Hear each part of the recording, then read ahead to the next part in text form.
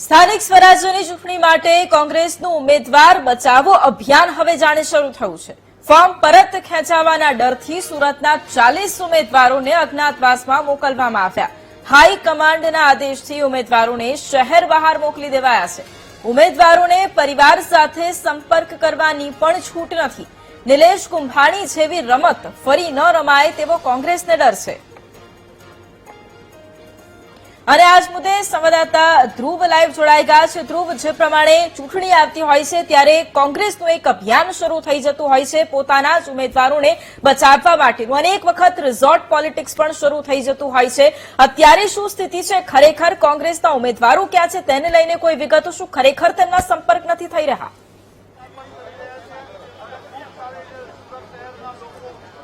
બિલકુલ, સુરતમાં જે રીતે આજે આવતીકાલે છેલ્લો દિવસ છે ફોર્મ પરત ખેંચવાનો, તેને લઈને હવે કોંગ્રેસ જે છે તે પેલાના મજબૂત ઉમેદવારો જે છે તેને બચાવવાનો પ્રયત્ન અત્યારે કરી રહી છે।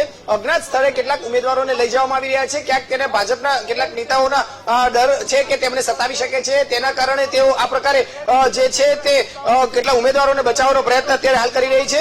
સુરત શહેર કોંગ્રેસ પ્રમુખ વિપુલ ઉધનાવાલા જે છે તે પણ અત્યારે આપણી સાથે જોડાયા છે, તેઓની સાથે વાત કરીશું। વિપુલભાઈ, ઓપરેશન કોંગ્રેસ બચાવ ના નામે અત્યારે કઈ રીતે ઉમેદવારો પર ધમકી આવી શકે છે અને તેને બચાવવા માટેનો પ્રયત્ન છે? જે રીતે લોકતંત્રની અંદર લોકોને મતનો અને મતથી ચાલતો ભારત દેશ છે, લોકોના વિચારથી ચાલતો દેશ છે, એ દેશની અંદર એક વિચાર અને બહુમતીના આધારે લોકોના મત ડરાવવા, ધમકાવવા અને ધમકાવીને પછી શાસનમાં આવવું એ અયોગ્ય નથી। કારણ કે લોકતંત્રની અંદર શાસક પક્ષ જેટલો જરૂરી છે એટલો જ વિરોધ પક્ષ જરૂરી છે, પણ વિરોધ પક્ષને ઝીરો કરવાની જે વૃત્તિ છે, એટલે કે ભ્રષ્ટાચાર, લૂંટી લેવું, હું કેવું તેજ, એવું જે પોતાના હિત માટે, પોતાના માટે જે કરવાની વાત છે તે ખોટી છે। અને એનો આ સરકાર જે રીતે લોકોને અંદર પોતાની મશીનરી, પોલીસ, સરકારી તંત્રને લગાવી, વિરોધ પક્ષે દબાવી અને એનો મત ડરાવી ધમકાવીને ખરીદી લેવો, લઈ લેવો, એ જે પ્રવૃત્તિ કરી રહી છે તેની સામે કોંગ્રેસના ફાઇટરો મેદાનમાં છે, લડી રહ્યા છે, લોહીના છેલ્લા ટીપુ સુધી લડશે અને લોકતંત્રના એક એક મતની રક્ષણ કરશે, એ આ કોંગ્રેસ પક્ષનો વિચાર છે। ભાજપને લોકોનું એવું કેવું હોય છે કે કોંગ્રેસ પોતાના ઉમેદવારોને સાચવી નથી શકતી, એટલે આ રીતે કરવું પડતું હોય છે। તમારે આવું કહેવાની શી જરૂર છે? શી જરૂર છે તમારે? તમે જો લોકતંત્રમાં રહેતા હોય તો અપક્ષ ઉમેદવારી ભરે, બીજી પાર્ટી ઉમેદવારી ભરે, તો તમારે એને એ વાત જ કરવાની જરૂર નથી। લોકોનો મત જેના તરફ હશે એનું શાસન આવશે। તમે સારા કામ કરેલા હશે તો લોકો તમને મત આપે, તમે ભ્રષ્ટાચાર ખોટું કર્યું હશે તો લોકો વિરોધમાં મત આપશે। લોકતંત્રનો મતલબ આ છે। લોકતંત્રની અંદર તમે પોલીસ અધિકારીઓને સાદા ડ્રેસમાં હથિયાર, દંડા અને મોટો ફોર્સ લઈને, પ્રાઇવેટ વાહનો લઈને ચૂંટણી પંચની ઓફિસમાં ઘૂસી જવું, લોકોના ઘરની રેકી કરવી, લોકોના ફોનો કરવા, ડરાવવા, ધમકાવવા, આ લોકતંત્ર નથી।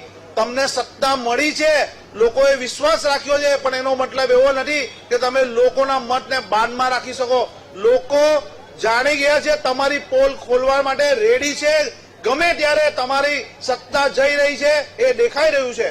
તો આપણે ઉમેદવારોને અત્યારે કઈ રીતે મોનિટરિંગ કરાઈ રહ્યું છે અને બચાવી રહ્યા છે?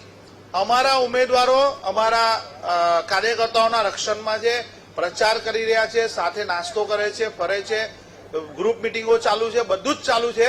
એટલે પણ જે રીતે ચૂંટણી થવી જોઈએ નિષ્પક્ષતાથી, એ નિષ્પક્ષતાથી ચૂંટણી નથી થઈ રહી। પોલીસના જોર પર એ જે અધિકારીઓ, બીજા અધિકારીઓ 3 વર્ષથી વધારે નોકરી એઓની બધાની બદલી થઈ ગઈ, પણ આ 2-3 અધિકારી એના સ્ટાફની બદલી કેમ નથી થતી, એ હું ચૂંટણી પંચને સવાલ અમે આપી આવ્યા છે, પોલીસ અધિકારીને પૂછે, સરકારને પૂછે છે કે આ લોકોમાં એવું શું છે, એવો તમારી પોલ ખોલેલી છે, અથવા તમે એને સૈનિક અને તમારા શાસન માટે તેઓ જરૂરી છે એના માટે રાખેલા છે?